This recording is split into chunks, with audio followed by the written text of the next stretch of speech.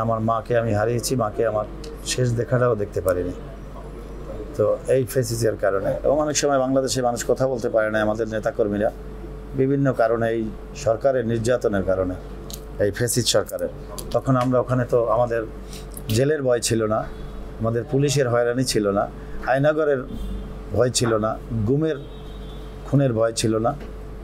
একটি ভয় ছিল আমাদের যারা আত্মীয় স্বজন আছে বাংলাদেশে, তাদের উপরে কিন্তু সেই নির্যাতনটা করা হয়েছে। আমাদের আত্মীয় স্বজন ভাই বোন যারা ছিল, যাদের মা বাবা ভাই বোন যারা ছিল, আমাদের তাদের উপরে কিন্তু অনেক অত্যাচার করা হয়েছে, যেহেতু আমরা বিদেশে বসে আন্দোলন সংগ্রাম করছি।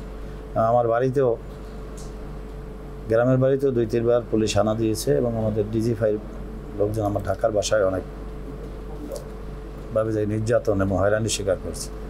তো এই প্রেক্ষাপটে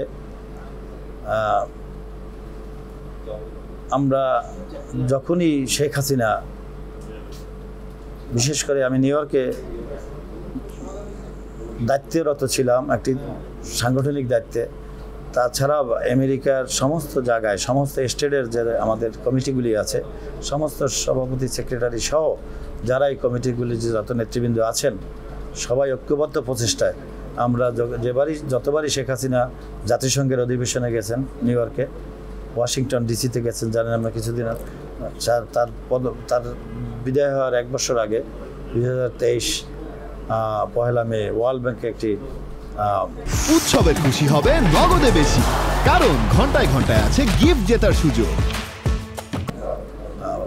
তার একটা সফরে গিয়েছিলেন, তো ওয়ার্ল্ড ব্যাংক ওয়াশিংটন ডিসি, ওই ওয়ার্ল্ড ব্যাংকের সামনে তখন হাসিনা যখন সে ওয়ার্ল্ড ব্যাংকে ঢুকতে ছিল, তখন আমরা হাজার হাজার নেতাকর্মী ওখানে বিক্ষোভরত ছিলাম বিএনপির ওয়াশিংটন ডিসিতে। তখন আমরা ওখানে বসে বলেছিলাম, ভোট চোর চোর, ভোট চোর, শেখ হাসিনা ভোট চোর। এই কারণে ওখানে আওয়ামী লীগের যে দোসররা, ওখানে আওয়ামী লীগের ডক্টর সিদ্দিক সভাপতি, ওনার নেতৃত্বে আমাদের সামনে এসে যখন গণ্ডগোল করতে এসেছিল, তখন আমরা তাদের শক্ত হস্তে প্রতিহত করেছিলাম। এই ব্যাপারটি আপনারা সোশ্যাল মিডিয়া বিভিন্নভাবে আমরা দেখেছেন, সেখানে নেতৃত্ব দেওয়ার আমারও সুযোগ হয়েছিল। তো এইভাবে বিভিন্ন জাতিসংঘ, স্টেট ডিপার্টমেন্ট, হোয়াইট হাউসের সামনে আমরা সবসময় এই বাংলাদেশে গণতন্ত্রের পক্ষে, বাংলাদেশে যাতে মানুষ কথা বলতে পারে, মানুষের স্বাধীনতা যখন মানুষে ফিরে পায়, এবং এই স্বৈরশাসক শেখ হাসিনা যাতে এই বাংলাদেশের মানুষের বুকের উপরে জগদ্দল পাথরের মতো বসেছিল, এখান থেকে যেন বাংলাদেশের মানুষ মুক্তি পায়, এজন্য আমরা লাগাতারভাবে দেশে কথা বলতে যখন সংকুচিত ছিল, তখন লাগাতারভাবে আমরা বিদেশে আন্দোলন সংগ্রাম করছি। এই কারণেই 12টি বছর আমি দেশে আসতে পারিনি। 2012-তে লাস্ট এসেছিলাম, আর এই 2024-এর 16ই নভেম্বর আমি বাংলাদেশে এসেছি, 12 বছর পরে। এর মধ্যে আমার মাকে হারিয়েছি, আমার অনেক আপনজনকে হারিয়েছি। আমার মাকে হারিয়েছি, এটাই আমাকে সবচেয়ে পীড়া দেয়। মা আমাকে বারবার দেখতে চেয়েছিল, একটু তোমাকে দেখি।